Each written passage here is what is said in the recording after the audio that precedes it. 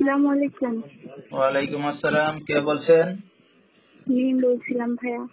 মিম, কেমন আছেন? আপনি ভালো আছেন মিম? জি আলহামদুলিল্লাহ ভালো, আপনি ভালো আছেন?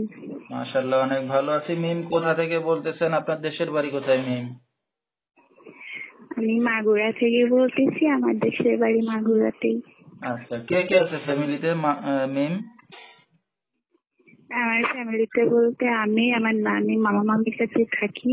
আমি আমার নানির কাছে আছি, আসলে মামা বাড়িতে। আমার বাবা মারা গেছে অনেক বছর, মানে আমি পেটে থাকাকালীন। আমার মা হলে আরেক জায়গায় বিয়ে হয়েছে, মার সাথে কোনো সম্পর্ক নাই।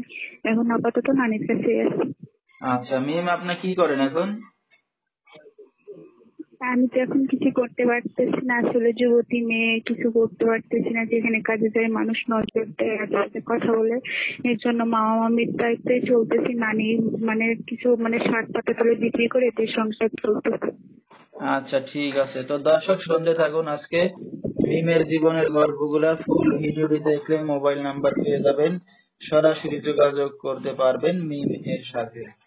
তো মিম, আপনার বাবার জায়গা জমি সম্পত্তি কিছু নাই, এখানে বাড়ি ঘর বানাইতে পারে না, না কিছুই নাই? না না, আমার বাবার কিছু নাই। আসলে আমার বাবা মার সাথে সম্পর্ক করে বিয়ে করছে, তো তার জন্য তো মেনে নেয়নি। আর হচ্ছে বাবা মারা যাওয়ার পরে আসলে আমার নানার সম্পত্তি তো আমার মা পাইছে, ওখানে যত সম্ভব আমি থাকবো। আমার মা বিয়ে হয়েছে অন্য জায়গায়, ওই মানে ওই সৎ বাবা কোনো খোঁজ খবর নেয় না আমাদের। আচ্ছা আচ্ছা ঠিক আছে।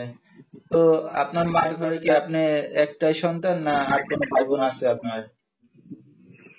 না না, আমার মার ঘরে আমি একাই। আসলে আমার মার নতুন বিয়ে হয়েছিল, 1 বছরের মাথায় আমার বাবা মারা গেছে, আমি পেটে থাকাকালীনই। আচ্ছা আচ্ছা এখন আমার পৃথিবীতে আমার নানি ছাড়া কেউ নেই। আচ্ছা ঠিক আছে। তো আপনার আপনার মা আবার আপনাকে কতদিন ধরে ছেড়ে চলে গেছে? কতদিন আগে আছেন আপনার মা ছাড়া? আমার আমার যখন 2 বছর বয়স, তখন আমার মা অন্য জায়গায় বিয়ে করে। মার আদর ভালোবাসা আমি পাইনি, মার ভালোবাসার জিনিসটাকে আমি বুঝি নাই। আচ্ছা আচ্ছা, মানে বাবাকেও হওয়ার সময় দেখেন না, এরপরে মাকেও 2 বছর কালে, মানে আপনার মা আপনাকে ফেলে চলে গেছে, তাহলে তো খুবই দুঃখের বিষয়। হ্যাঁ। তো দর্শক, আসলে হুম। যেহেতু মিমের বাবা মা নাই, এতিমই বলতে গেলে, খুবই দুঃখে কষ্টের একটা মেয়ে।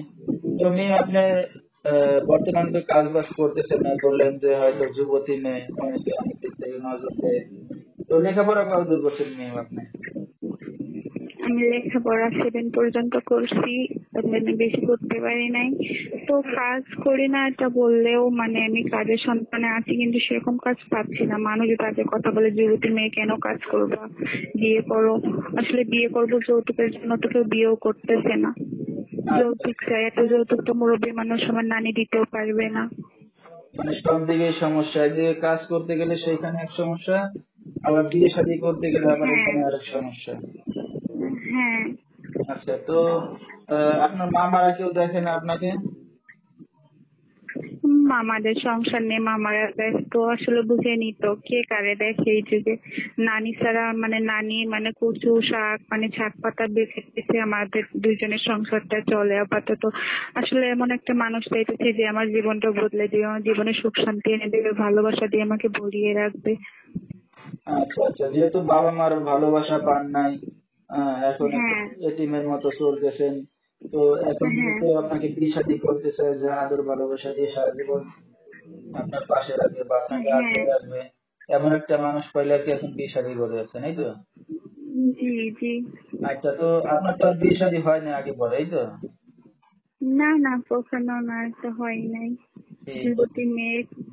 হ্যাঁ হ্যাঁ, এখন যুবতী, যুবতী মেয়ে, যুবতী মেয়ে যেহেতু। আসলে একটু যুবতী মেয়ে চাই একটু আদর্শ আর ভালোবাসা, সেটা তো পাই নাই। এখন নতুন করে জীবন শুরু করব, যদি কোনো নতুন মানুষের ভালোবাসা পাই। একেবারে তো কারোর ভালোবাসা পাই নাই। ঠিক আছে। তো দর্শক, যেহেতু আহ খুবই গরিব ঘরের মেয়ে, আসলে সব মেয়েরাই চায় যে ছোটবেলায় বাবা মার আদর্শ আর ভালোবাসা পেয়ে বড় হয়ে স্বামীর সংসারে যাবে। তো সেরকম কাউকে এখনো যেহেতু পায় নাই, তো এখন একা জীবন আর কতদিন চলবে? অবিবাহিত যুবতী মেয়েকে এখন তার একটু আদর ভালোবাসা দরকার, যার কারণে মিডিয়ার সামনে আসে। হয়তো কথায় আছে যে মেয়েদের বুক ফাটে তো মুখ ফোটে না। আসলে দেখা গেছে এখন মিডিয়ার সামনে এসে তার গোপন যে কথাগুলো সেগুলো দর্শকদের মাঝে তুলে ধরতে চাচ্ছে, এই তো? জি জি। আচ্ছা, তো এখন যদি আপনার এই ভিডিওটা অনলাইনে মিডিয়াতে চলে যাবে, তো দর্শকরা যদি আপনার সাথে যোগাযোগ করতে চায় কিভাবে করবে? আমার ভিডিওতে আমার নাম্বার দেওয়া থাকবে। আচ্ছা, নাম্বারটা বলতে পারবেন আপনি? না, নাম্বারটা তো আমার মুখস্থ নাই, তো নাম্বার আমি দিয়ে দিব ভিডিওতে। আচ্ছা, তো দর্শক নাম্বারটা স্ক্রিনে পাইছে, আমি নাম্বারটা বলেছি। এই নাম্বারে যোগাযোগ করলে সরাসরি লিংকে পেয়ে যাবেন।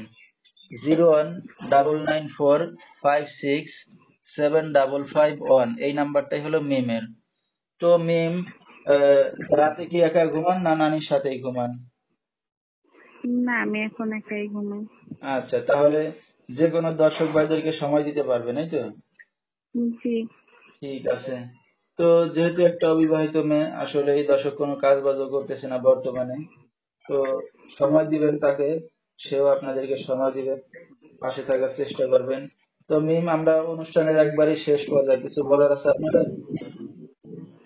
কিন্তু একটা রিকোয়েস্টই করবো, ভালোবাসার উদ্দেশ্য ভাই আমার কাছে আসলে ভরপুর ভালোবাসা পাবে, কিন্তু খারাপ ভাবে যদি কেউ আসে দয়া করে কেউ খারাপ দিকটা নিয়ে আসবেন না। কিন্তু ভালোবাসার যদি কোনো কমতি রাখবো না, আমি কখনো ভালোবাসার একটা ভালো মানুষ হইলেই আমার যথেষ্ট। আচ্ছা, ঠিক আছে। আসলে একটা অবিবাহিত মেয়ের কাছে কিছুই অভাব থাকে না। তো যেহেতু সে এখনো